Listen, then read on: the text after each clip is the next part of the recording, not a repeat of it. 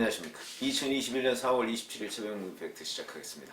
조금 전에 두 가지의 뉴스가 전해졌는데, 원희룡 제주지사가 전한 김종인 전 국민의힘 비대위원장의 최근 동향, 이런 뉴스가 전해졌고요. 그 다음에 중앙일보가 김종인 전 비대위원장이 사석에서 얘기했다는 대권 후보 관련 얘기, 이 두 가지. 근데 이게 일맥상통하는 측면이 있습니다. 그 두 가지를 소개시켜드리고 왜 이런 얘기가 나왔을까 하는 걸 말씀을 드리겠습니다. 원희룡 제주지사가 CBS 라디오에 나와서 이런 얘기를 했습니다. 지난 주말에, 오늘 화요일이니까 지난 주말에 김종인 전 비대위원장이 제주도에 가서 아마 원희룡 지사를 만났던 모양입니다. 이렇게 얘기했습니다. 윤석열 전 검찰총장에 대해서 별의 순간이 왔다, 또는 별의 순간을 잘 포착한 것 같다, 뭐 이런 얘기를 한 지 벌써 한 달이 넘었죠. 그런데도 윤석열 전 총장 측에서 아무런 반응을 보이지 않고 있습니다.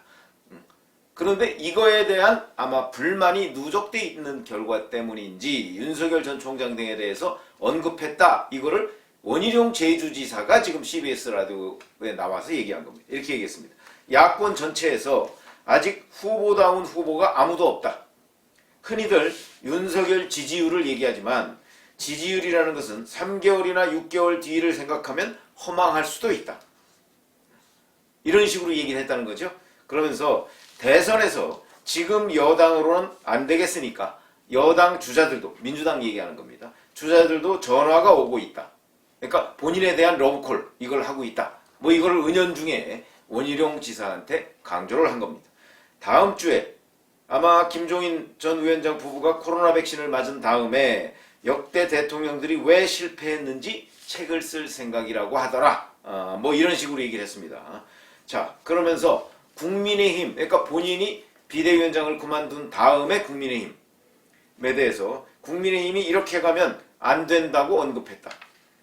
민심의 흐름과 그걸 담을 수 있는 인물과 세력의 중심이 국민의힘이 돼야 되는데 지금 돌아가는 모습을 보면 그게 어떨지에 대해 굉장히 괴로워하고 걱정하고 있었다, 이런 식으로 얘기를 하고요. 그 다음에 오세훈 서울시장과 박형준 부산시장, 뭐 최근에 보궐선거에서 당선된 사람들이죠. 청와대에 가서 이명박 대통령과 박근혜 전 대통령 사면론을 거론한 데 대해서도 한마디 했다고 합니다. 당선된 국민의힘 소속 시장들이 청와대에 가서 사면 얘기를 하고 최고 중진이라는 사람, 이게 아마 서병수 의원을 얘기하는 것으로 보이는데, 중진이라는 사람이 본회의장에서도 사면론을 얘기한다. 국민이 괴로워하는 민생과 국민의 분노지수가 가장 높은 것을 어떻게 해결해 나갈지가 우선이다. 이런 것을 분간 못하면 안 된다. 이런 식으로 국민의힘의 상황에 대해서도 지적을 했다. 이렇게 이제 원희룡 지사가 전달을 했는데, 여기서 우리가 주목할 수 있는 부분은, 자, 윤석열 전 검찰총장에 대해서 지지율이 허망하다, 이렇게 얘기한 거는요, 불과 한 달 전에 별의 순간을 잘 포착해야 된다, 또 잘 포착한 것 같다 라고 얘기하면서 자기가 한번 만날 수도 있다, 만나자고 하면, 그러나 자기가 먼저 만나자고는 하지 않겠다, 이렇게 얘기를 했었죠. 이거는 계속해서 자기를 만나러 오라 하는 사인을 계속 보냈는데 윤석열 전 검찰총장은 침묵하고 있었습니다. 아마 이 부분에 굉장히 불만이 있는 것으로 보입니다. 그러니까 이제 드디어는 윤석열 전 검찰총장에 대해서 그 지지율 그거 아무것도 아니야, 별의 순간, 내가 별의 순간 옛날에 얘기했었나? 뭐 이런 식이 돼버리는 겁니다. 그렇게 돼 있죠. 그런데 비슷한 시점에 중앙일보에 또 이런 얘기가 나왔습니다.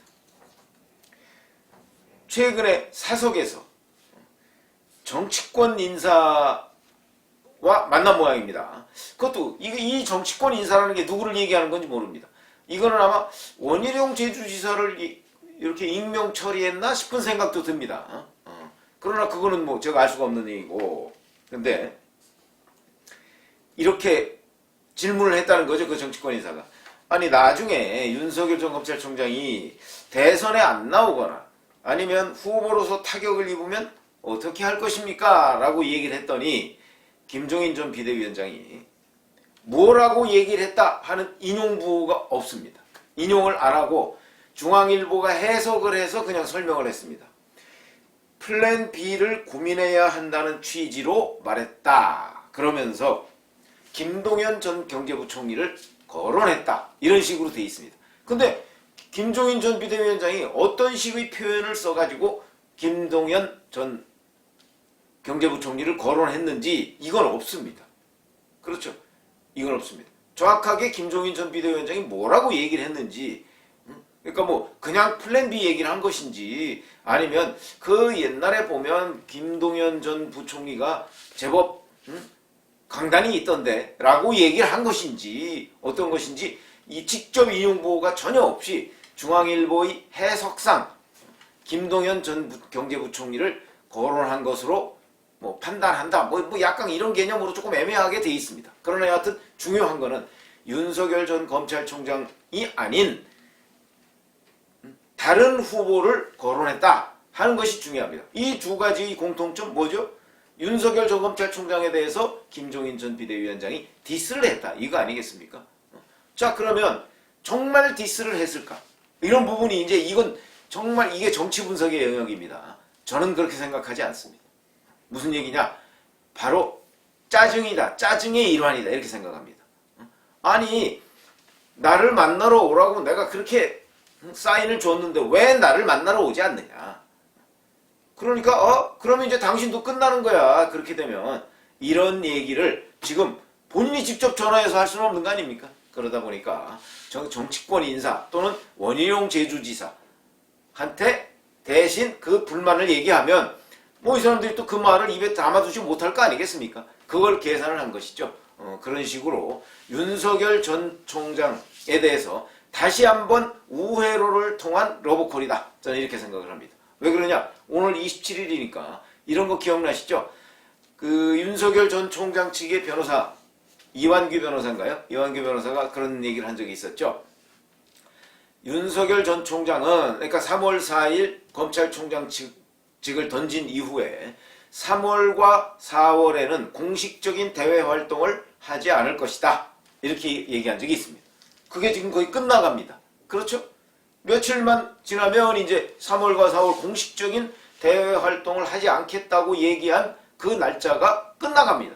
그러면 이제 그걸 역산해서 얘기를 한다면 결국 5월 달에는 어떤 식으로든 공식적인 대외 활동을 하겠다는 의미로 보입니다.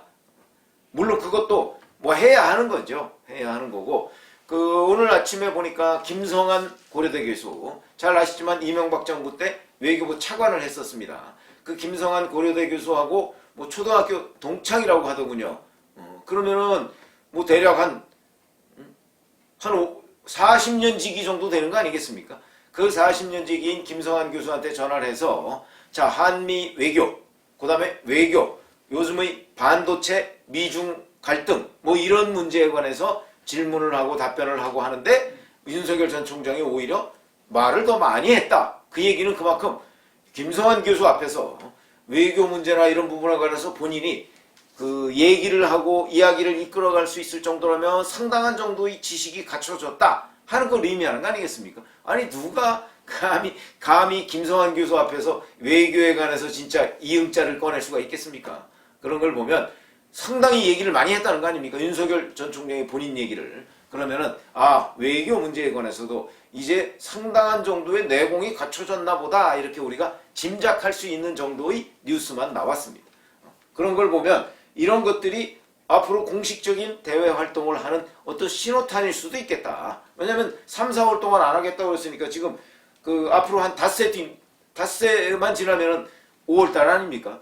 그러니까 그때쯤에 5월 초 중순에 뭔가 좀 메시지를 내거나 아니면 어떤 형태로든 좀 변화된 뭐 행보가 있지 않을까 이런 이제 짐작이 가능한 대목인데 그런 부분과 관련해서 김종인 전 비대위원장이 자, 내가 그렇게 나를 만나러 오라고 얘기했는데 안 만나러 와? 그러면 이제 나는 이러이러한 것도 생각할 수 있어 라고 슬쩍 일종의 언론 플레이다. 저는 그렇게 생각을 합니다. 왜 그러냐? 이런 거 있습니다. 자, 김종인 전 비대위원장도 얘기했죠. 지지율이 허망할 수도 있다. 이렇게 얘기를 했지만, 물론 그럴 수도 있습니다. 정치라는 것이. 그러나, 어찌 보면 이 지지율이라는 것이 또 하루아침에 생성되지도 않습니다. 무슨 얘기냐? 정세균 전 국무총리가 요즘에 이재명 경기도지사 디스하고 뭐 비판하고 그렇습니다. 그래서 정세균 전 국무총리 얼마나 지지율 올랐습니까? 물론 뭐, 지금 뭐 며칠 안 지났습니다만은, 얼마나 지지율 올랐습니까? 그래도 지금 한 보름 정도 지났는데 별로 오르지 않았습니다. 뭐 오르는 정도가 아니고 미동도 하지 않습니다. 뿐만 아니라 추미애 전 법무부 장관 요즘에 뭐 아마 차기 대선 출마를 위해서 정기 작업을 하고 뭐 김어준 뉴스공장 진행자 열심히 만나고 또 김어준 뭐 두둔하고 뭐 이렇게 하더군요. 아마 그것도 대선 출마를 준비하는 것으로 보이는데 지지율 올랐습니까? 전혀 오르지 않았습니다. 추미애 전 법무부 장관 그만둔 지 지금 석 달 지났습니다. 석 달 지났는데도 지지율 미동도 하지 않습니다. 그렇죠? 왜 그럴까요? 지지율이라는 것이 그렇게 하루아침에 생성되지 않는다. 이렇게 본다면 윤석열 전 검찰총장의 지지율이라는 것도 조국 전 법무부 장관을 수사할 때 그 초창기만 해도 지지율 변동 없었습니다. 그래서 대선 후보에 오르지도 않았습니다. 그러나 추미애 법무부 장관이 되고 난 이후에 이른바 윤석열 전 검찰총장이 했던 살아있는 권력에 대한 수사, 그 수사팀을 사실상 전부 해체하는 이른바 학살 인사라고 하는 것을 한 이후에 윤석열 전 검찰총장의 지지율이 전국 유권자들 사이에서 1%가 나왔습니다. 1%가 이렇게 어려운 겁니다. 그건 무슨 얘기냐? 많은 국민들이 추미애 전 장관이 살아있는 권력 수사팀을 다 날리고 저 무리수를 두는 것을 보니까 윤석열이라는 사람이 검찰총장에 있어가면서 한 일이 새삼 커 보이는 겁니다. 그거에 대한 평가를 하는 사람들이 1%밖에 안 됐다는 거지. 지지율이 쉽게 무너질 수 있다 이렇게 얘기를 하지만 쉽게 또 생성되지도 않는다 하는 것을 그만한 실적이 있어야 된다. 거기다가 추미애 전 장관이 끊임없이 윤석열 전 검찰총장을 1년 동안 공격을 해야 된 거 아닙니까? 이 공격에 대한 반사이익도 있지만 그 공격을 잘 방어를 했습니다. 그 방어의 결과가 오늘날 윤석열 전 검찰총장의 지지율이고요. 그런데 물론 만약에 5월달이나 이때쯤에 윤 전 총장이 정치권 전면에 등장을 했는데 등장하면서 뭐 결정적인 문제가 있다. 이 사람한테 라는 것이 다 확인됐다. 이렇게 되면 지지율 급락하겠죠. 그러나 그런 결정적인 문제가 있다면 윤석열 전 검찰총장이 과연 내가 대선에 도전하겠다고 얘기를 할 수 있었을까? 이런 의문이 듭니다. 그건 이제 나중에 뭐 두고 봐야 되지만 어쨌든 간에 바로 이런 점 때문에 본인은 지금 침묵하고 있죠. 그런데 그에 대해서 김종인 전 비대위원장이 약간은 좀 조급하다. 그러니까 심지어 민주당 대선 주자들도 나한테 지금 러브콜을 하고 있다. 이런 걸 원희룡 제주지사를 통해서 지금 일반한테 얘기를 하고 있는 것이다. 근데 만약에 민주당의 대권 주자한테 또 간다. 김종인 전 비대위원장이 그러면 이제 본인의 그 정치권에서의 위상은 완전히 무슨 코미디처럼 되는 거죠. 그렇죠? 박근혜한테 갔다가 문재인한테 갔다가 국민의힘 구원투수로 갔다가 이번에 또다시 저쪽으로 간다? 민주당 쪽으로 간다? 그러면 이제 이거는 거의 뭐 비례대표 5선 의원 뭐 이거 못지않게 뭐야 그러면 이것도 왔다 갔다 뭐 이거를 뭐 5번 이상 채우려고 하나?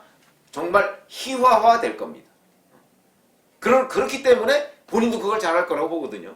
뭐 이제 연세도 80이 넘었고 그런데도 이 얘기를 원희룡 제주지사 앞에서 했다? 그러니까 이거는 바깥으로 나가도 좋다 이런 의미인데 그 얘기는 결국 윤석열 전 검찰총장도 좀 나한테 무언가 빨리 사인을 줘라 하는 우회적인 그 어떤 불만의 표시로 보인다. 자 그러면 제가 이제 예측컨대 윤석열 전 검찰총장은 과연 김종인 전 비대위원장의 이런 조급한 러브콜을 수용할 것인가? 저는 아닐 거라고 제가 말씀을 드린 적이 있었죠. 저는 지금도 똑같은 생각입니다. 아니고 김종인 전 비대위원장의 이런 식의 어떤 정치 테크닉 여기에 대해서 윤석열 전 총장은 저는 알고 있다고 생각을 합니다. 그렇기 때문에 바로 윤석열 전 총장의 입장은 김종인 전 비대위원장과 뭐 나중에 손을 잡을지 모르겠으나 정치권에 진입하는 동시에 손을 잡아가면서 무슨 일을 한다? 저는 아마 그런 일은 없지 않을까. 김종인 전 비대위원장의 기대와 달리 윤석열 전 검찰총장은 그 김종인 전 비대위원장의 손을 잡고 정치권에 나란히 처음부터 등장하는 그런 일은 아마도 없을 것이다. 그 조급증이 지금 중앙일보의 기사, 원희룡 제주지사의 전언 이걸 통해서 드러났다. 이렇게 보는 것이 맞지. 지금 그 김종인 전 비대위원장, 윤석열 전 총장에 대해서 아마 완전히 뜻을 접었다 이렇게 보기는 어려울 것이다. 오히려 그걸 재촉하는 의미로 보는 것이 맞다. 이렇게 분석을 해드리겠습니다. 감사합니다.